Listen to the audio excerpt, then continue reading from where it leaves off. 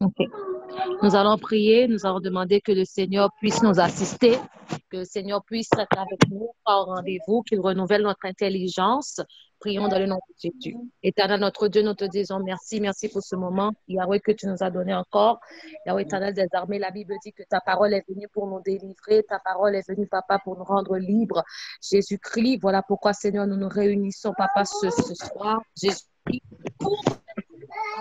et pour ce papa éternel des armées, avoir l'excellence, Seigneur mon Dieu, moi, dans tout ce que nous entreprenons. Voilà pourquoi, papa, nous te recommandons, Seigneur, ton serviteur qui va nous parler, nous te recommandons ce débat. Il reçoit au rendez-vous, que le Saint-Esprit de Dieu soit au rendez-vous, quand la Bible nous dit que, papa, que tu es venu pour nous transformer, papa, transformer notre esprit, parce que tu ne veux pas nous conformer au siècle présent, parce que nous sommes des jeunes éternels. Nous voulons être transformés par ton esprit. Nous voulons être transformés notre intelligence, transformer, papa éternel des armées, notre intérieur. Nous voulons, papa, vivre l'excellence, Seigneur mon Dieu. Et si on, dans le siècle présent, si nous nous conformons dans ce siècle, papa, comme le siècle présent, nous n'allons pas vivre l'excellence. Nous n'allons pas, Yahweh éternel, mon Dieu, toucher à l'excellence. Voilà pourquoi, Seigneur, ce débat, Seigneur, cette parole qui va être donnée, soit pour notre délivrance, soit pour notre transformation, Seigneur, nous te disons merci et nous te demandons, Père éternel, de mettre notre esprit, Papa éternel, mon Dieu, à la disposition de ta parole. Père, que notre esprit, Seigneur, mon Dieu, moi, soit connecté à ton esprit, à ta parole, Papa, qui est la vérité et la vie, pour que nous puissions trouver la délivrance et aussi trouver, Seigneur, mon Dieu, moi, Papa, la révélation à travers ta parole. Nous avons ainsi prié, nous disons ainsi, gloire et louange honneur à toi, Seigneur. Gloire et louange à toi, Seigneur Jésus. Amen. Donc, avant de commencer à rentrer dans le débat, le thème d'aujourd'hui, c'est est-ce que la Bible est sexiste? Je ne sais pas s'il y a quelqu'un ici qui sait c'est quoi le sexisme, qui pourrait nous l'expliquer.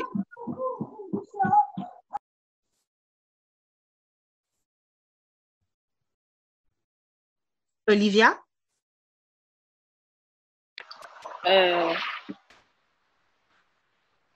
Le sexisme, je ne sais pas si j'ai la bonne définition, mais selon ce que moi je comprends de sexisme, c'est une injustice entre l'homme et la femme, je dirais. OK. En quoi consiste cette injustice? Je ne sais pas s'il y a quelqu'un qui peut aider Olivia là-dessus. Il peut y avoir aussi l'inégalité aussi. L'inégalité, l'injustice, l'inégalité entre l'homme et la femme. Quelqu'un peut... Oui, Gift? Comme on peut dire que l'homme est supérieur à la femme, ça c'est le sexisme. OK, donc le sexisme, c'est l'idée de croire que l'homme est supérieur à la femme. Non. Jordan a dit quoi? Jordan a quelque chose à rajouter?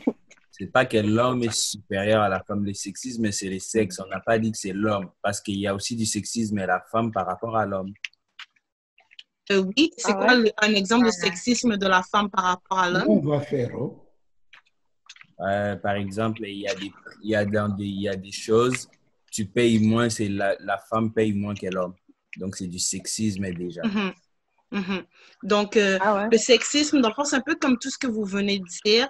C'est un concept dans lequel il y a des stéréotypes et des rôles précis qu'on accorde. OK, il y a juste un homme qui peut faire ça, il y a juste une femme qui peut faire ça. Un exemple peut-être anodin. Quand on va à l'église, par exemple, quand c'est les fêtes, qu'on doit soulever les caisses de jus, directement, instinctivement, on dit « Ah, il faut que ce soit des garçons qui soulèvent ». C'est un stéréotype parce qu'on assume que les hommes sont plus forts que les femmes, donc c'est du sexisme. Un autre exemple, c'est l'exemple que Jordan a donné. Dans certains restaurants, dans certaines fêtes, les femmes payent moins que les hommes parce qu'on assume que vu que la femme est belle et attire, elle devrait payer moins qu'un homme. C'est du sexisme. Donc, c'est des stéréotypes qui créent une inégalité entre l'homme et la femme.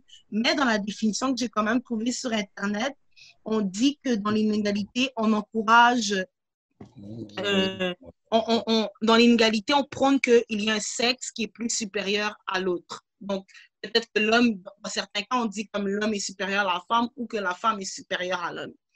Et plusieurs personnes, je pense que la plupart d'entre vous, vous avez sûrement entendu plusieurs personnes le dire, plusieurs personnes croient que la Bible est sexiste et que la Bible encourage un système sexiste, que la Bible encourage un système dans lequel l'homme est supérieur à la femme et que la femme est limitée au niveau de ses opportunités et au niveau de ses actions.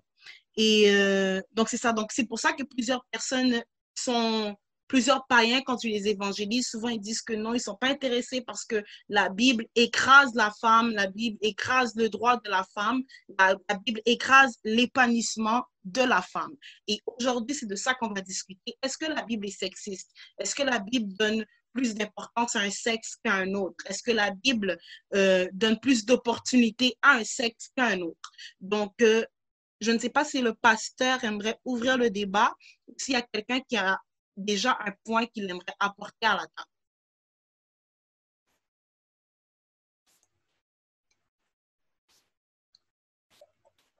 Croyez-vous que la Bible est sexiste, guys? Non. Non, la Bible n'est pas sexiste. Pouvez-vous développer votre point, s'il vous plaît, pasteur?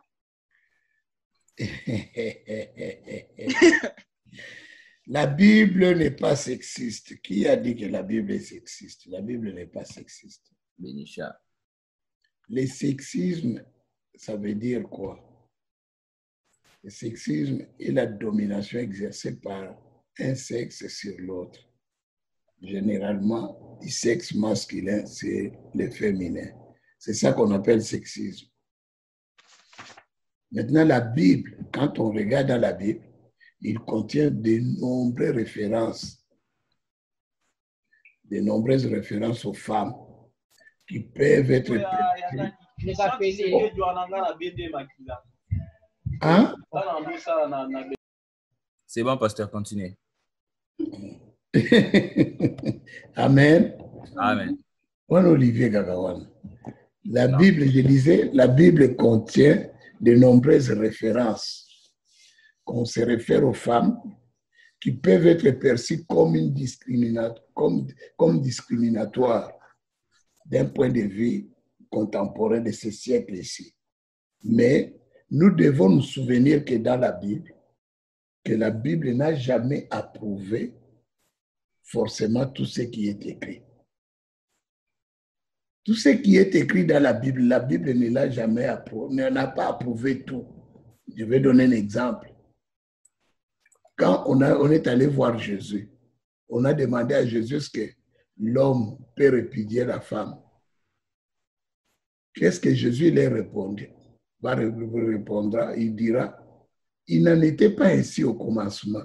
C'est à cause de la dureté de vos cœurs que Moïse vous a donné le droit de répudier vos femmes. Donc, on répudiait les femmes, c'est dans la Bible, mais ce n'était pas que la Bible l'approuve. Il y a certaines choses qui sont dans la Bible que la Bible n'a pas approuvées. Il faut faire attention. Quand on dit, la Bible, quand nous lisons dans la Bible, les hommes traitent les femmes comme leur propriété. Et cela ne veut pas dire que la Bible l'approuve. Jésus ne l'a pas approuvé, mais la Bible nous montre que quand on comptait les biens d'Abraham, on citait aussi Sarah parmi les biens d'Abraham. Mais cela ne veut pas dire que la Bible l'a approuvé. Quand on dit la Bible, ça veut dire le Seigneur. Le Seigneur ne l'a pas approuvé. Mais c'est écrit dans la Bible. Hein? Le pasteur, vous avez dit la Bible a écrit que Sarah a été considérée comme les biens de son époux. Donc, ça ne veut pas dire que le Seigneur l'a approuvé. Ça ne veut pas dire que le Seigneur l'a approuvé. Mais si on y va avec cette idée, donc ça veut dire, parce que souvent j'entends dans des prédications que des pasteurs disent que nous sommes toute la famille est possédée, comme nous faisons partie des biens de l'homme et que les enfants n'appartiennent pas à la femme, mais ils appartiennent à l'homme. Donc c'est faux ce que ces prédicateurs nous disent. Non. Les prédicateurs ne disent pas ceci. Ils n'ont jamais dit. On dit seulement, c'est pour montrer. Quand on veut parler, parce qu'il y a des femmes qui n'aiment pas les communautés de biens. C'est pour cela, des fois, ils montrent, regarde, même dans la Bible, dans l'ancien temps, on considérait tout, même la femme appartenait à l'homme. C'est pour montrer que la communauté des biens, c'est ce que Dieu veut pour la Bible. Dieu veut la communauté des biens.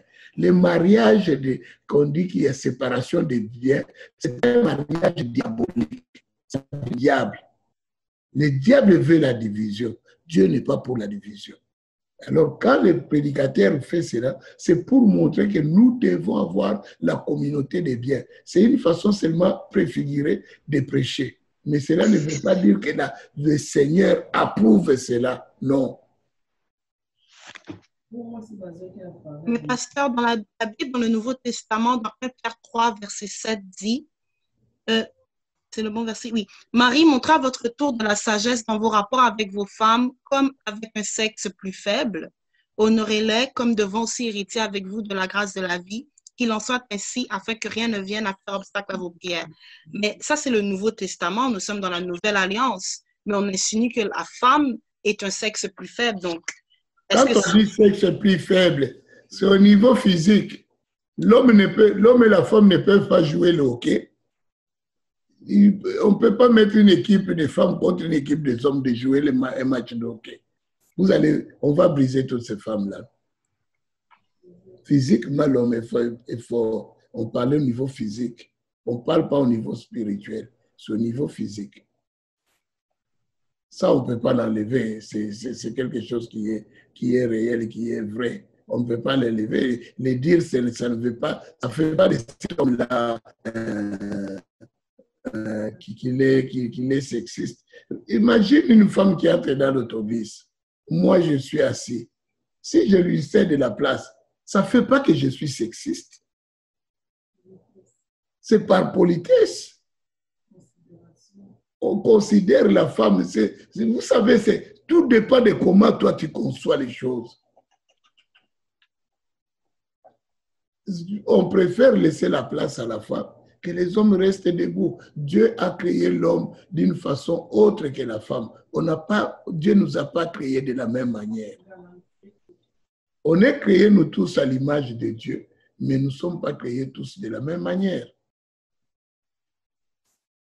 Donc, pasteur, vous dites que nous devons, vous dites que c'est du point de vue une différence physique, mais ce n'est pas qu'on écrase la femme. On n'écrase pas la femme. Jésus élève la femme, on n'écrase pas la femme. Et s'il élève la femme, pourquoi la femme n'a-t-elle donc pas droit de... On dit dans le livre... Quand la Bible, regarde, la Bible en soi, il met davantage l'accent sur le changement du cœur que sur les réformes sociales. Il cherche plus les changements de cœur. Dieu sait qu'un cœur transformé aura pour fruit un changement de comportement. Tu peux dire à quelqu'un, moi, émancipation, ceci, sexiste. Si le cœur n'est pas transformé, la personne aura toujours le point de vue qu'il a toujours. Il faut que le cœur soit transformé pour que les fruits qu'il va porter changent son opinion. Ce n'est pas en faisant l'émancipation, en faisant la marche de la femme, en parlant de l'égalité de l'homme et de la femme, que l'homme va changer. Non, s'il est sexiste, il va rester sexiste. Si son cœur n'est pas transformé, il demeurera sexiste. Papa, j'ai une question. Comme vous avez dit que Jésus n'a pas adhéré à certaines choses qui ont été écrites dans la Bible. Alors, par rapport à Paul qui demande à ce que les femmes se taisent à l'Église, et on a parlé que, vous avez dit que normalement, la différence qu'on dit que la femme est plus faible, c'est par rapport du côté physique. Maintenant, on parle du côté spirituel. Je pense qu'il n'y a pas non plus fort, plus faible. Alors, pourquoi Paul, il a parlé que les femmes se taisent, que les hommes puissent diriger, puissent prêcher et tout. Nous, les femmes, nous devons rester assis. Même si on avait une onction particulière ou quelque chose que Dieu a déposé en nous, on doit se taire, on doit cacher cela. Est-ce que Jésus, lui, il adhère à cette idée-là ou cette version que Paul lui-même, il a créée? Quand tu lis dans la Bible, as-tu trouvé un pasteur dans la Bible? Une pasteur. Hein? Dans la Bible, tu as déjà vu un pasteur? Mais Moïse était un pasteur, je pense. Oh, une femme. Une femme? Une femme pasteur dans la Bible. Non, mais on a parlé de Déborah. On a parlé de pasteur, mais on a parlé de Déborah. Déborah N'était pas pasteur. Oui, elle n'était pas pasteur, mais elle était juge. Elle a pu susciter les hommes à se lever pour combattre. Elle était juge. Faites attention. Déborah était juge. Oui, mais ce n'est pas pour pasteur. Elle ne dirigeait pas l'Église. Elle était juge. Oui, elle était juge, mais c'est elle qui s'est levée, qui a suscité que les hommes puissent se battre. Si elle n'était pas là pour... Oui, mais parce qu'elle était juge, elle commandait, mais elle ne commandait pas l'Église. Il y a une nuance là. Regarde, Fabienne, je vais te dire. Maintenant, toi, tu deviens pasteur. Jonathan, maintenant, n'est pas pasteur. À la maison, c'est Jonathan qui dirige. Maintenant, toi, tu viens à l'église, tu dis à Jonathan, mets-toi debout, assis. Tu ne trouves pas que ça devient contraire à la parole de Dieu? Est-ce que Dieu peut se contredire? Non. Parce qu'à l'église, c'est toi qui es boss. Si tu es pasteur, c'est toi qui es boss. Tu es d'accord avec moi? Oui. Jonathan n'a plus droit. Parce que c'est toi qui diriges. Maintenant, toi, tu diriges. Vous retournez à la maison, les fidèles t'appellent. Pasteur, ça ne va pas ici, il faut que tu viennes. Jonathan, maintenant, comme c'est lui qui dirige à la maison, il dit, tu ne sors pas. Tu vas dire quoi? Parce que c'est lui qui est le chef de la maison, il dit, tu ne sors pas. Il dit, si tu sors, tu es maudit, tu seras maudit. Maintenant, le pasteur qui va avec la malédiction, qu'est-ce qu'il va donner? Mais normalement, papa, est-ce que pour travailler, pour dire est-ce qu'on doit être obligatoirement pasteur, on peut servir à l'église? Je te pose seulement la question parce que quand tu as posé la question, c'est pour être pasteur, ce n'est pas pour être autre chose. C'est que cette question-là, c'est pour être pasteur ou bien pour laisser le ministère. Non, pas pour être pasteur. Je n'ai pas ça en tête comme pour être pasteur, mais pour servir. C'est comme maintenant... Mais servir, c'est quoi toi tu appelles service? Comme par exemple modérer. Mais toi, tu sers déjà à l'église. Mais une femme, non, quand je parle comme général. Mais une femme peut prêcher sans être un pasteur. Mais non, on parle général, on va aller doucement. Toi, tu sers ou tu ne sers pas? Oui, je sers à l'église. Pour vous, le service, c'est quoi? Parce qu'il faut qu'on définisse les choses d'abord. On parle de tous les services à l'église. Mais quel service? Parce que les femmes chez nous servent à l'église. Oui, mais je peux nettoyer, je peux chanter. Oui, on doit définir la femme de Dieu. Mais il y a des femmes qui nettoient l'église, non? Oui, mais moi, je parle par rapport à ce que Paul a dit, que les femmes se taisent. Est-ce que les femmes ne peuvent pas prêcher? Mais c'est ça que je t'ai dit. Maintenant, toi, tu prêches.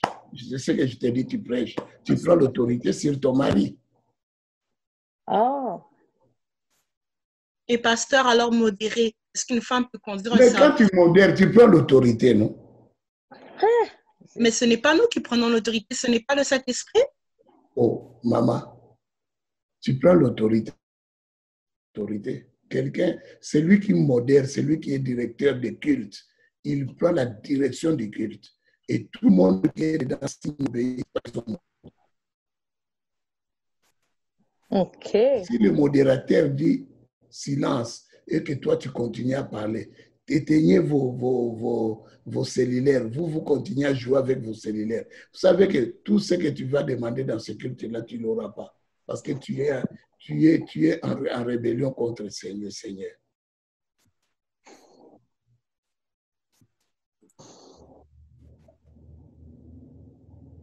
On doit d'abord, parce qu'il dit, il parle de l'autorité, que la femme ne peut pas prendre l'autorité devant l'homme. Mais quand toi, tu prends de l'autorité devant l'homme, tu es en train de briser tout ce que la parole de Dieu a dit. Mais ça veut dire que, papa, il y a quand même une certaine différence au niveau spirituel aussi. Vu qu'il y a certaines choses... Non, il n'y a pas de différence au niveau spirituel. Le même Saint-Esprit qui agit chez l'homme, c'est le même Saint-Esprit qui agit chez toi. Mais le mien, mais on est un peu limité parce qu'il y a certaines choses qu'on ne peut pas faire. Si le Saint-Esprit nous pousse à faire ou à dire quelque chose, à faire quoi? Le Saint-Esprit te pousse à faire quoi? Tu penses que le Saint-Esprit est un esprit de désordre?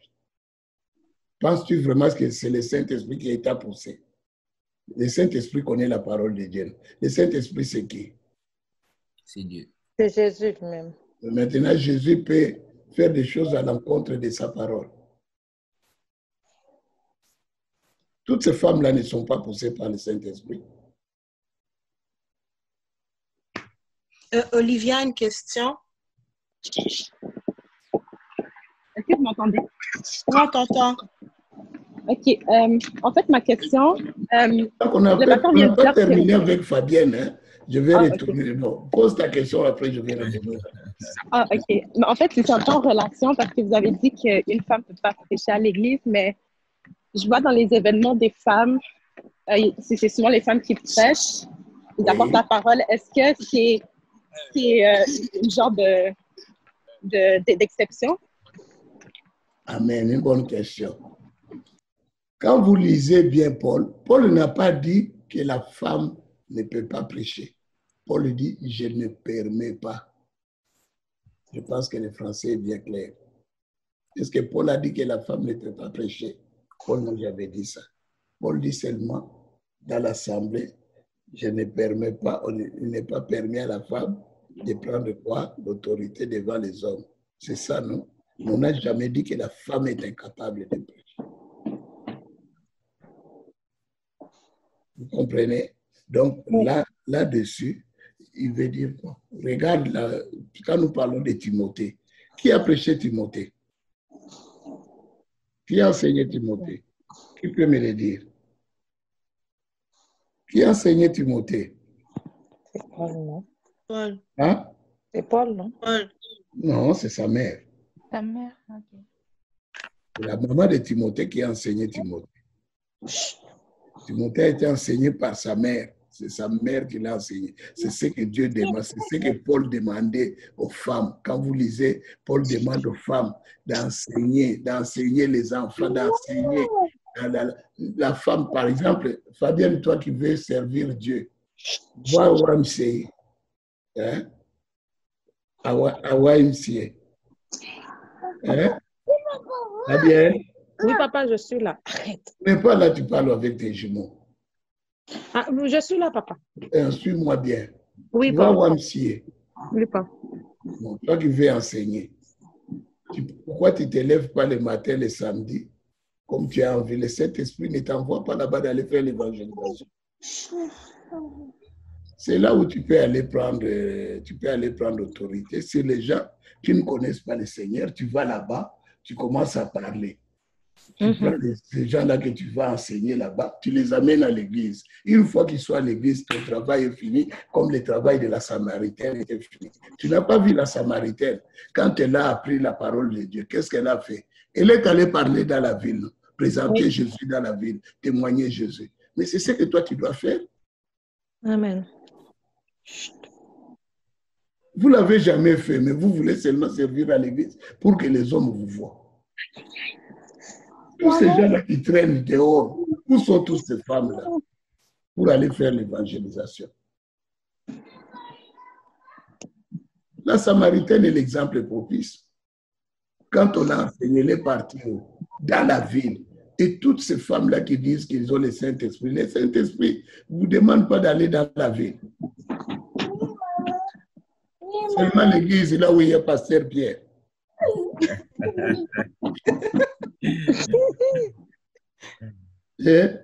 Seulement modérer à l'église, c'est là où le Saint-Esprit vous chicote. Mais quand nous faisons, maintenant, il dit ceci, Paul dit ceci, que les femmes qui sont mûres affermissent les mamans. Donc, c'est pourquoi vous voyez maman Véro prend le temps d'organiser les séminaires, les colloques, tout ce qu'il organise là, c'est pour affermir les mamans. On a dit les femmes âgées, affermir les mamans. Oui. Tu ne veux pas venir dans des réunions là. Tu es en train aussi de désobéir. C'est pourquoi quand on fait ces réunions, maman te demande, Fabienne, tu vas modérer. Il demande, Benisha, tu vas modérer. Benisha dit, j'ai honte. Olivia, tu vas modérer. Non, pas moi. Maintenant, vous ne voulez pas modérer. Après, vous voulez poser la question sur le sexisme.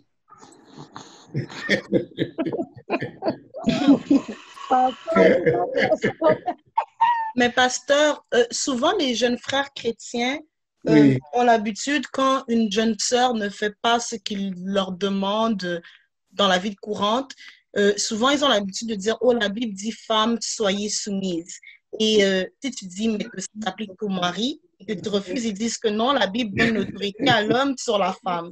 Et quand tu n'obéis pas à leur autorité, malgré qu'ils ne sont pas ton mari, ils te répliquent que tu n'es pas, ils te qualifient comme une femme qui n'est pas très bonne à épouser. Avez-vous à répondre pour ces jeunes frères? Est-ce que je trouve que c'est un comportement sexiste? Est-ce que vous pensez que c'est un comportement sexiste? La Bible dit, femmes, soyez soumis à qui? À vos maris. Qu'est-ce qu'il a dit? Soyez soumis à vos frères. Jamais. Mais les jeunes frères disent ça souvent, papa. C'est écrit comme maman. La Bible est bien claire. C'est ça. Vous voyez, la Bible, quand nous la lisons, nous devons étudier la parole de Dieu. La parole de Dieu, on l'étudie. On la médite. Il faut l'étudier. Il faut lire. Chaque verbe, chaque virgule a une importance. Chaque mot a une importance. On dit, femmes, soyez soumises à vos maris. On n'a pas dit, femmes, soyez soumises aux hommes. On a dit, soyez soumises à vos maris. Pas aux hommes, mais à vos maris. Les frères, entre frères et sœurs, vous devez vous respecter. Comme Jordan, on les respecte, mais on n'est pas soumis à Jordan. Amen. Si. Il a dit si. On les respecte, mais on n'est pas soumis à Jordan. On le respecte, mais on n'est pas soumis à lui. Non. Jojo. Tandis que Fabienne doit être soumise à Jonathan. Mais pasteur, certains se justifient en disant que Rebecca, on l'a épousée parce qu'elle a fait preuve de soumission. Rebecca a fait quoi? Rebecca, on l'a épousée car elle a su faire preuve de soumission. Je vous ai montré, je vous ai donné l'exemple de Rebecca. L'homme avait dit quoi? La femme qui viendra, qui va me servir de l'eau et qui va servir à mes chameaux de l'eau, c'est celle-là qui est destinée à Isaac. Donc, à cause de son service, du prix qu'il a payé du service qu'il a fait, c'est ça qui a fait comment Eliezer a compris que cette femme a un bon comportement. Si elle entre dans la maison, elle va être serviable. Parce qu'il y a certaines personnes qui prennent ça mal, papa, dans le sens qu'il dit c'est parce que Eliezer a vu en Rebecca une femme soumise, une femme qui est prête au mariage. Beaucoup de jeunes gens... Mais elle était soumise à qui? Parce qu'ils disent que non, Rebecca s'est soumise à la demande d'Eliezer. Beaucoup pensent que toutes les jeunes filles doivent se soumettre à leur... Non. On lui a demandé de l'eau. Elle a fait... Elle a été serviable. Elle n'a pas été soumise. C'est le service. C'est comme quand quelqu'un vient à l'église pour la première fois, il voit Olivia, il dit, Olivia, peux-tu me donner de l'eau, j'ai soif. Et puis Olivia lui raconte, il lui dit, tu n'es pas allé chercher à la cuisine. Là, Olivia n'est pas un enfant de Dieu. Ce n'est pas une bonne jeune fille. On doit être serviable. Mais s'il y a des gens qui abusent. Comme une jeune fille aussi peut me demander, papa, j'ai besoin de l'eau. Je vais aller chercher de l'eau dans le bureau, je lui donne de l'eau. Il y a la sœur Davina qui veut poser une question. Oui. Davina, chérie, tu peux enlever mute de ton micro. Okay. Oui. Papa, j'allais demander, vous avez dit que la femme ne doit pas prendre la parole devant les hommes dans l'église. J'allais demander si ça ne regarde pas l'âge. L'âge? Donc, ça veut dire que peut-être j'ai 25 ans ou soit 30 ans. Je suis face aux gens qui ont de 15 ans ou soit 20 ans, moins que moi, mais je peux adresser la parole ou soit l'autorité parce qu'ils sont moins âgés que moi. Amen. Là, est-ce que c'est dans l'église où tu fais le service des enfants? Parce qu'il y a des choses que nous devons comprendre ici. il y a des jeunes filles qui peuvent faire les services